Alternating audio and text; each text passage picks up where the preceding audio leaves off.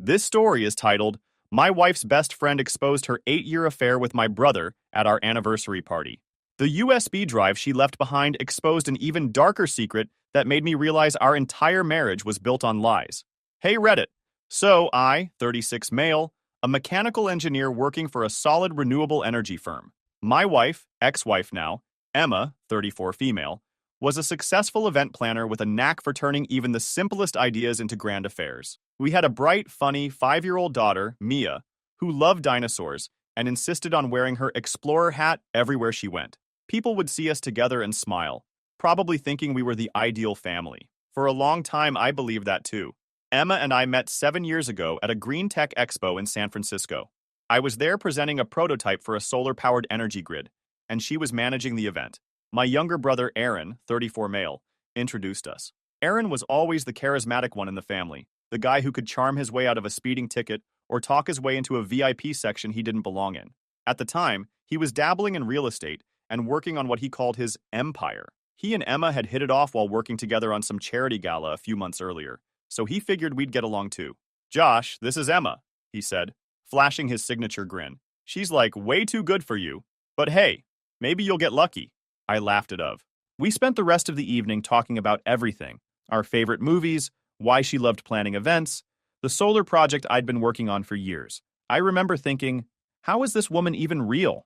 Aaron gave me a nudge as we were leaving. You're welcome, he said, as if he'd already won some imaginary matchmaking trophy. Emma and I started dating shortly after that night. It was fast and easy. Too easy maybe, but I didn't question it at the time. She had this way of making every moment feel special, like life was one big celebration waiting to happen. It wasn't long before I fell hard. Aaron was thrilled for us. You finally found someone who can keep up with you, he'd say. Though looking back, it was a strange comment coming from him. He was always around, helping me plan surprises for Emma, hyping me up whenever I doubted myself. When I proposed to her a year later, Aaron was the one who went with me to pick out the ring. He even suggested proposing during a weekend getaway to Napa, at a vineyard she'd mentioned loving. Life after the wedding felt like a dream. We bought a small but cozy house on the outskirts of San Jose. Emma threw herself into building her event planning business, while I worked my way up at my firm. She even designed Mia's nursery herself, filling it with pastel rainbows and stuffed animals that matched a theme I still don't fully understand. Aaron was always around. He'd pop by for dinner or help with odd jobs around the house. I'll admit it felt good to have him so involved in our lives. But if I'm being honest, there were moments that felt off. Sometimes, when Aaron and Emma were together, their jokes seemed a little too inside, like they were sharing a secret I wasn't in on. Other times, Aaron would show up unannounced, acting a little too comfortable in our home. I remember once when Emma and I were arguing about her overspending on some party decorations, Aaron walked in and immediately sided with her. She's just trying to make life beautiful, Josh. Lighten up. It didn't feel right, but I brushed it off. Aaron was my brother. Emma was my wife. I had no reason to doubt either of them. Then Mia came along, and everything changed. If I thought life was busy before, it became a whirlwind after she was born. Late nights feeding her, early mornings rushing to work, and weekends spent trying to catch up on sleep, it all blurred together. Emma seemed to thrive in the chaos, juggling her business and motherhood like a pro. Meanwhile, Aaron became the fun uncle, swooping in with toys and treats, giving us a much-needed break. I thought we were a team, the three of us. Aaron had always been my rock growing up. After our parents died, he took on the role of the protector, even though I was technically the older brother. I trusted him with my life, just like I trusted Emma. Now I see how blind I was. I didn't question why Aaron knew so much about Emma's business trips, or why she would sometimes mention things to him that she hadn't told me. I didn't wonder why Aaron always seemed to know exactly what she wanted for her birthday, or why he'd go out of his way to help her with things I didn't even know she needed help with. I was too busy working, too busy trying to be the perfect husband and father, to notice the cracks forming right in front of me. People always say hindsight is 20/20, and I hate how true that is. If I'd paid closer attention, maybe I would have seen what was really going on. Maybe I would have asked more questions, dug a little deeper, but at the time all I saw was what I wanted to see. A happy family, a loving wife, and a brother I could count on. I had no idea how much of it was a lie. Things started to reveal about 2 years ago. Emma started spending more time on her event planning business, which I thought was normal. It had really taken off, and she was booking bigger clients, more elaborate events, and even landing out-of-town gigs. At first, I was proud of her. She'd always talked about wanting to be independent and successful, and she was finally making it happen. But then, the work started taking over. It was the little things at first. She used to always tell me about her day, funny stories about clients, or how her plans for an event came together. That stopped. If I asked how her day went, she'd just say, busy, and leave it at that. When I pushed for details, she'd say she was too tired to talk about work.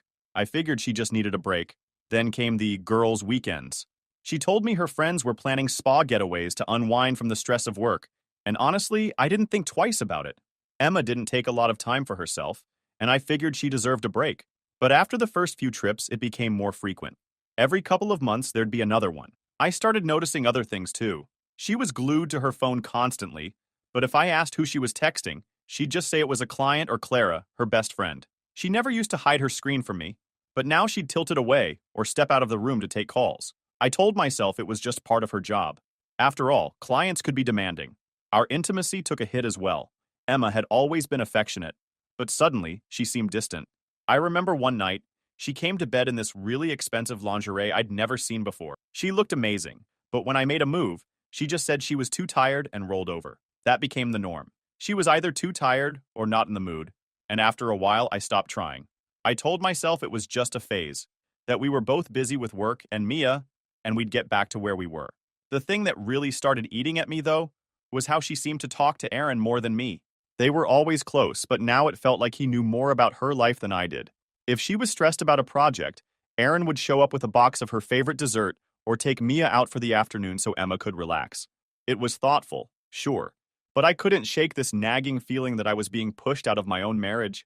There was this one night that really stuck with me. We were hosting a dinner party for some of her clients, and Aaron came over early to help set up. I was in the kitchen slicing vegetables when I overheard them laughing in the living room. Emma said something like, "You always know how to make me feel better." And Aaron replied, "That's what I'm here for." It shouldn't have bothered me, but it did.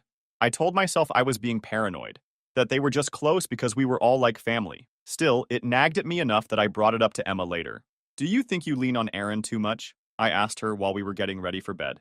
She looked at me like I'd just asked if the sky was green. "What are you talking about? He's your brother. He's just helping out. You should be grateful." I felt like an idiot for even mentioning, so I dropped it. But the uneasy feeling never really went away. Aaron, for his part, was always there with advice whenever I confided in him. If I mentioned that Emma seemed distant, he'd say, "She's under a lot of pressure. Just give her space." If I complained about the lack of intimacy, he'd laugh and say, "Welcome to married life, bro." He had this way of making me feel like I was overthinking everything, and I believed him because he was Aaron, my brother, my best friend. But it wasn't just Aaron. I started noticing Emma's behavior with Mia too. She'd always been a great mom, but now it felt like she was using Mia as a buffer. If we were having a tense moment, she'd suddenly suggest doing something with Mia, like going to the park or watching a movie. It was like she was avoiding being alone with me, moving forward to our 7th anniversary party. The idea came to me months in advance. I wanted to do something special, something that would remind Emma of how much I loved her and bring us closer. Things had been weird between us lately, but I kept telling myself it was just a phase. A celebration might be exactly what we needed to shake off the tension. I decided to recreate one of our best memories, a weekend we'd spent at a vineyard in Sonoma back when we first started dating. It was one of those rare times we both let loose, laughing, drinking, and pretending we didn't have a care in the world. Emma loved it so much she talked about going back for years, so I figured it'd be perfect. I rented a private space at a vineyard and worked with the staff to make everything just right. They helped me design a menu based on her favorite foods, and I hired a small jazz band to play her favorite songs. I invited close family and friends, including her best friend Clara, who had just moved back to California. Aaron, of course, was one of the first people I told. "Dude, this is perfect," he said when I shared the plan. "Emma's going to love it." He offered to help with the setup, which didn't surprise me. Aaron had a knack for making himself indispensable in situations like this. At the time, I thought he was just being a supportive brother. The night of the party, everything seemed to fall into place. Emma thought we were just going out for a quiet dinner, so when we arrived and everyone yelled, "Surprise!" she looked genuinely stunned. She hugged me tightly, her eyes sparkling with tears. For the first time in a long time, I felt like I'd done something right. The vineyard was beautiful, with twinkling string lights draped across the patio and candles flickering on every table. The jazz band was playing softly in the background, and the air smelled like lavender and fresh grapes. Emma kept saying how perfect everything was, how she couldn't believe I'd gone through all this trouble. For a little while, I actually believed we were happy. Dinner started off great. The food was incredible, and everyone seemed to be having a good time. Emma was seated between me and Clara, laughing and chatting like the stress of the past few months had melted away. Aaron sat across from us, raising his glass every chance he got and cracking jokes that had everyone at the table in stitches. Then Clara made her toast. To Emma and Josh, she started, smiling warmly. You two are the kind of couple that reminds us all what real love looks like. And to Aaron, she hesitated for a second, her smile faltering just slightly. To Aaron, who's been such a rock for Emma these past couple of years. Her words hit me like a punch in the chest. I felt my stomach drop as I glanced at Emma, whose face had gone pale. She reached for her glass and took a long sip, avoiding my eyes. What does she mean by that? I asked, trying to keep my tone light. Emma set her glass down, forcing a smile. Oh, Clara's just talking about how Aaron's been helping out with Mia and stuff. You know, with all my work stress. Right, Clara said, her voice tightening. Helping. The table fell uncomfortably silent. Aaron jumped in, laughing like nothing was wrong. Come on, Clara, don't make it weird. You know I'm just doing what family does. Everyone chuckled awkwardly, and the conversation moved on, but the moment stuck with me. Emma barely spoke for the rest of the night, and Clara avoided making eye contact with me. Later, when I tried to bring it up on the drive home, Emma brushed it off. You know how Clara is, she said, staring out the window. She doesn't always think before she speaks. Yeah, but what did she mean by, Aaron's been such a rock for you? She sighed, clearly irritated. Josh, it's nothing. Can we not ruin a perfect night with this? I let it go, but the uneasiness lingered. The next morning, Clara called. Hey, can we talk? She asked, her voice tense. Sure, I said, still groggy from the night before. I shouldn't have said what I did at the party, she blurted out. It wasn't my place, but, Josh, there's something you need to know. My stomach tightened. What are you talking about? Clara hesitated, and for a moment I thought she might hang up. But then she said, Can I come over? It's better if I show you. When she arrived, she looked nervous, clutching her purse like it was a lifeline. She handed me a small flash drive without saying a word. What's this? I asked. Just look at it. It explains everything that's been going on between Aaron and Emily for years behind your back, she said, her voice barely above a whisper. After Clara handed me that flash drive and left, I sat there for what felt like forever. I couldn't bring myself to open it again, not right away. I paced the living room, laptop still open on the coffee table, wondering how I could have been so blind. A part of me didn't even want to know more. Ignorance felt safer, like maybe if I didn't look, it wouldn't all be real. But I couldn't just ignore it. Not anymore. Finally, I sat back down, took a deep breath, and clicked on the first email. It was dated almost 2.5 years ago, just before Emma's first girls' trip. The subject line was simple. Miss you. The message was worse than I expected. Emma, I wish I could see you this weekend. This is getting harder to hide. Aaron, I know Em, but it's worth it. You know that, right? Josh doesn't have to know. I clenched my fists, my heart pounding in my chest. I told myself to keep going, to rip off the bandage, no matter how much it hurt. The emails unfolded like some nightmare I couldn't wake up from. There were messages about how they'd meet up when I was at work, how Emma would use her business trips as an excuse to spend weekends with Aaron. They planned everything, down to the smallest detail. Cover stories, fake schedules, even how to handle questions from Clara or me if anything seemed suspicious. I didn't know whether to scream, throw my laptop across the room, or just sit there and take it. But then, I clicked on another folder labeled Photos. I almost didn't open it, but curiosity or maybe masochism got me. The first few photos were harmless enough. Aaron and Emma at what looked like a beach house, laughing over drinks. But the longer I scrolled, the worse it got. Pictures of them in hotel robes. Emma lying on a bed in lingerie I'd never seen before. Selfies of them kissing. And then I saw something that made my stomach drop. There were pictures of Aaron and Emma together from over 7 years ago, long before we got married. Some were taken in college, back when Aaron was supposedly focused on building his real estate empire. One picture showed them at a park I recognized. It was the same park where Emma and I had our third date. My mind started racing. Had this been going on the whole time? Had she ever really loved me? Or was I just a placeholder while she carried on with Aaron? Then I found the Facebook messages. The earliest ones were from right around the time Aaron introduced me to Emma. They talked about how it was the perfect plan. Aaron convinced Emma I was the safe choice, the stable, responsible older brother with a steady career, someone who could give her the life she wanted. One message from Aaron stood out like a slap in the face. Aaron, you'll have everything you need with Josh. He's predictable. I'm not, but I'll always be here for you.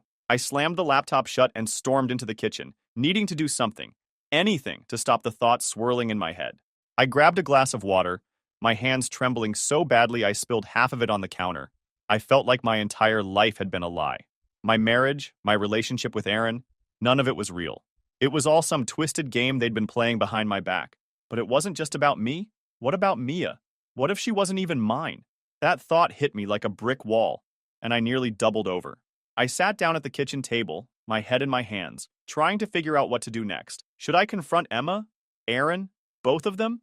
Or should I wait, gather more information, and make sure I had all the facts? As if on cue, my phone buzzed. It was a text from Emma. Running late. Don't wait up. Love you. The nerve of her.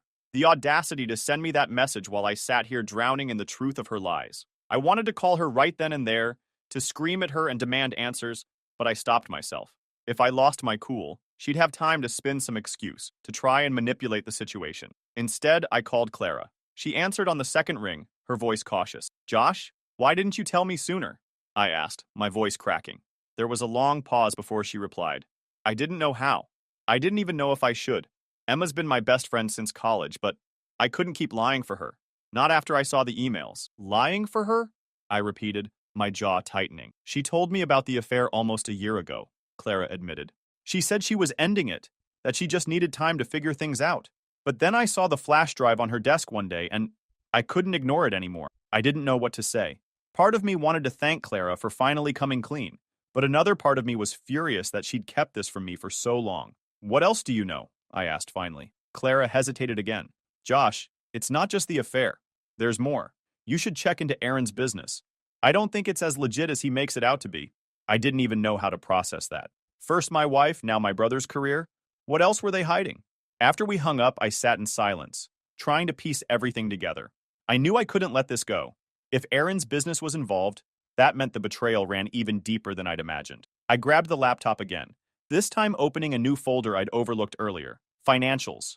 Inside, I found spreadsheets, invoices, and transaction records that didn't make any sense. Payments from Emma's event planning clients were being funneled into accounts linked to Aaron's real estate firm. Some of the documents were flagged with notes like transfer to offshore or split between accounts. It didn't take a genius to figure out what was going on. They weren't just having an affair. They were laundering money. I leaned back in my chair, completely numb. The betrayal wasn't just personal anymore. This was criminal. I knew then that I couldn't handle this alone. I needed to confront them, but I also needed help. This was bigger than just me now. I decided to confront Emma first. Aaron wasn't around, and I figured if I caught her off guard, she might slip up. Besides, I needed to see her face when she tried to explain it all. I wanted to hear her say the words, to admit what she'd done. When she came home that evening, acting like everything was normal, I almost lost it right then and there. She dropped her bag by the door and gave me a quick smile. Hey, she said casually, like she hadn't been lying to my face for years. Emma, I said, trying to keep my voice steady. We need to talk. Her smile faltered. Okay, she said, walking into the living room. She sat on the couch, tucking her legs underneath her like she always did. What's up? I stayed standing, too angry to sit. I know about you and Aaron, I said, the words coming out harsher than I intended. Her face went pale, and for a moment, I thought she might actually deny it. But then she just looked down at her hands and whispered, How did you find out? That admission, those 4 simple words, felt like someone had just kicked me in the chest. No denial, no excuses. Just a quiet confirmation. I found the emails, the photos, everything, I said, my voice shaking. I didn't mean for it to happen, she said, her voice breaking. It just happened. Don't give me that, I snapped. This didn't just happen. You planned this. Both of you. I read the messages. You've been lying to me from the start. She started crying then, big heaving sobs that made me want to punch a wall. I never wanted to hurt you, Josh, she said. I swear I didn't. I love you. You love me? I laughed bitterly. You don't destroy someone you love, Emma. You don't sleep with their brother and make jokes about how clueless they are. She didn't say anything, just kept crying into her hands. And it's not just the affair, I continued. You and Aaron, what were you doing with the money? I saw the files. Were you using your business to launder money for him? Her head shot up then, her eyes wide. I didn't know, she said quickly. I didn't know what he was doing. I swear. Don't lie to me, I said, my voice rising. Not anymore. I have the evidence, Emma. You knew exactly what he was doing and you helped him cover it up. She shook her head, tears streaming down her face. Josh, please, I didn't mean for any of this to happen. I made a mistake, a horrible mistake. But I love you and I love Mia. Can we just, can we try to fix this? Fix this? The words felt like a slap in the face. How could she even say that after everything she'd done? I don't even know who you are anymore, I said. The woman I married. The woman I thought I knew. She wouldn't have done this. Not to me. Not to her family. She didn't say anything after that. Just sat there crying while I walked out of the room. I couldn't look at her anymore. The next morning, I decided it was Aaron's turn. I didn't bother calling him first. I drove straight to his office, fueled by anger and adrenaline. When I walked in, his assistant greeted me with a bright smile. Hi, Josh. Here to see Aaron? I didn't even answer, just pushed past her and into his office.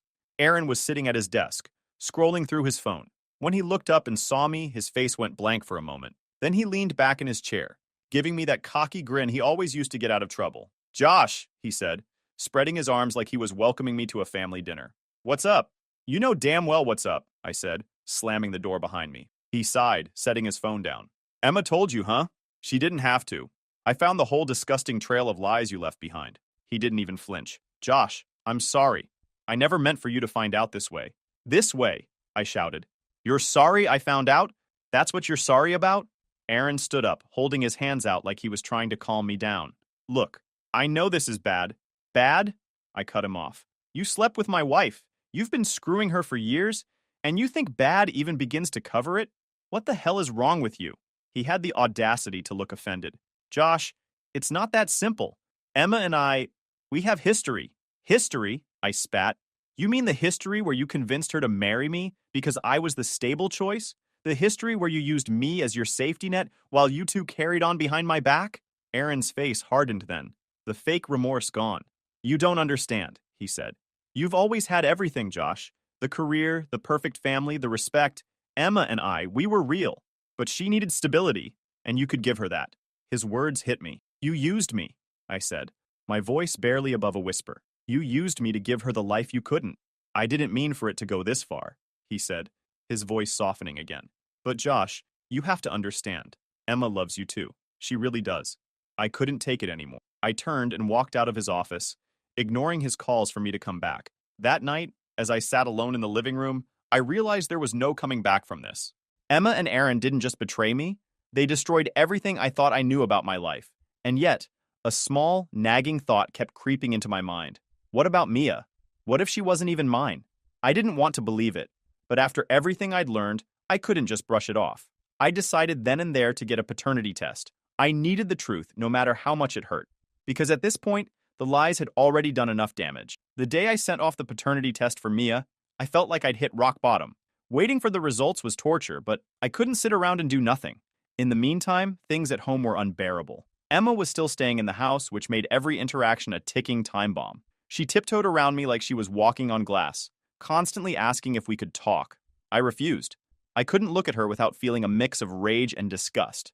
Mia, thankfully, seemed oblivious to the chaos. She was too young to understand what was happening, but every time she called me daddy or asked me to play with her, it tore me apart. I kept wondering, what if she's not mine? What if Aaron took that from me too? One night, Emma cornered me in the kitchen while Mia was asleep. Josh, she said softly, blocking my path to the fridge. I know you're angry, and you have every right to be, but we need to figure out what we're going to do, for Mia's sake. For Mia's sake, I snapped. You didn't care about Mia's sake when you were sneaking around with Aaron. You didn't care about her when you were lying to me every day for 2 years, or however long it's been. Emma flinched, but didn't back down. I made a mistake, okay? A huge, unforgivable mistake. But Mia doesn't deserve to lose both her parents over this. Lose both her parents? I laughed bitterly. That's rich coming from you. If she loses anyone, it'll be because of you and Aaron, not me. She started crying, but I didn't care. I walked out of the kitchen, leaving her standing there with her fake tears and her fake remorse. The next morning, I gathered all the evidence, the flash drive, and took it to the police. I didn't care what it meant for Emma or Aaron. They'd made their choices. Now they had to face the consequences. The officers I spoke to took me seriously right away. When I handed over the files, one of them raised an eyebrow. This is big, he said. We're going to need more details. Over the next few hours, I explained everything. How I'd discovered the affair, the financial records. By the time I left the station, I felt drained, but oddly relieved. Later that day, the paternity test results arrived. My hands shook as I opened the envelope, my heart pounding so loudly I could barely hear myself think. The results were clear. Mia was mine. It was the first good news I'd had in what felt like forever. No matter what else Emma and Aaron had done, Mia was my daughter. That was one thing they couldn't take away from me. But the relief was short-lived. That evening, the police showed up at our house with a warrant. Emma was arrested on charges of money laundering and conspiracy. She sobbed as they led her away, begging me to believe she didn't know what Aaron was really doing. I didn't say a word. Aaron wasn't so lucky. He was arrested at his office later that week, along with two of his business partners. The divorce process was as grueling as you'd imagine. After Emma's arrest, I filed immediately. There was no point dragging it out. I knew there was no salvaging what was left of our marriage. Every meeting with my lawyer felt like reliving the nightmare all over again. We went through financial records, property disputes, custody arrangements, and more evidence of Emma's betrayal than I ever wanted to see. To her credit, or maybe out of guilt, Emma didn't fight me on most of it. Her lawyer reached out a few times, trying to negotiate some form of shared custody for Mia, but I shut that down instantly. With her legal troubles and the mess she'd made, there was no way I was going to let her have any influence over Mia's life. When we finally went to court, Emma barely spoke. Her lawyer argued that she was a first-time offender and that her involvement in Aaron's schemes was limited, but it didn't matter much when it came to the divorce. The judge granted me full custody of Mia, citing Emma's criminal charges as evidence that she wasn't fit to parent. As for the financials, Emma's lawyer tried to argue that she deserved a portion of my assets since her business was tied up in Aaron's mess. That was laughable, considering her business had been used to launder money. The judge sided with me, leaving Emma with nothing but her legal battles to deal with. Now it's been 6 months since my world turned upside down, and I still don't know how I've made it through. Emma's been out of the picture since her arrest. The last time I saw her was in court during one of the early hearings. She looked nothing like the woman I married. I didn't feel sorry for her. Not anymore. It was just emptiness. She didn't look at me the entire time, and I wasn't about to make it easier for her. Her lawyer's been pushing for a plea deal, which doesn't surprise me. First-time offender, supposedly coerced by Aaron. It's the same song and dance. But even if she gets a lighter sentence, it's hard to imagine a world where she comes back into our lives. After everything she's done, I don't see how she could. Aaron, on the other hand, is locked away with no sign of a deal. His fraud case blew up in the media after the police uncovered just how many people he scammed. Turns out it wasn't just small-time clients. He'd been screwing over bigger investors, including some who had the power and resources to make sure he paid for it. Last I heard, he's facing at least 8 years behind bars. Good riddance. Mia's the one keeping me sane through all of this. She doesn't fully understand what's happened, but she knows things aren't the same. She stopped asking about Emma a couple of months ago, and I'm not sure if that's a good thing or not. She's adjusted quicker than I expected. Emma's parents have been surprisingly supportive, which has been weird. I expected them to defend her or try to justify what she did, but instead, they've been apologizing nonstop. Her dad even offered to help with Mia's school tuition, saying it was the least they could do after what Emma put me through. She's still my daughter, he told me over the phone one night. But I can't defend what she did. I raised her better than this. Last week, I decided it was time to sell the house.